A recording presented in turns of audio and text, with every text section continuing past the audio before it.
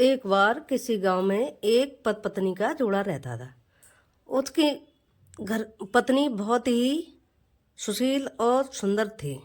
वह चाहती थी कि मेरे पास भी सास ससुर होते तो मैं भी उनकी सेवा कर पाते।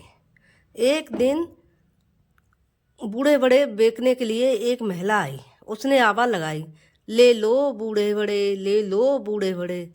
वह खुश होकर बाहर निकली। उसने कहा, कितने पैसे के दिए हैं? उस महिला ने कहा, 3 पैसे के दिए हैं। 3 ही पैसे थे। उसने बूढ़े बड़े ले लिए और बहुत जोर से खुश हुई। उसका पति जब घर लौटा शाम को, उसने सारी बात बताई। यह सुनकर उसने उसकी मार लगा दी। वह बेचारी रोती अपने मायके के लिए चली। जब वह मायके को जा रही थी तो उसने साथ में बूढ़े बड़े और ले लिए। चलते चलते वह एक रात हो गई, एक जंगल में रुक गई।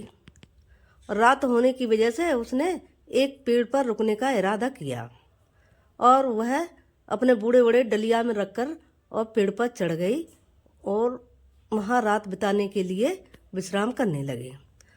पास के गांव से चोरी करके चोर लौटे। वे आपस में बातें कर रहे थे कि यदि कोई अपनी नीयत में खोट रखेगा तो वन देवता रूठ जाएगा, इसलिए सभी लोग ईमानदारी से बंटवारा करेंगे, कोई लेके नहीं भाग जाए।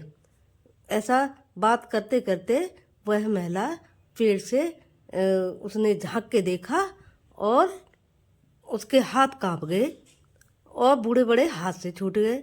चोर यह देखकर भाग गए और उस महिला ने सारा धन बटोरा और खुशी खुशी से घर आ गई। जब वह खुशी खुशी से घर आ गई और उसने अपने पति को सारी बात कहानी बताई, तो बच्चों इस कहानी से ये सीख मिलती है कि हमें बूढ़े बड़ों का सम्मान करना चाहिए।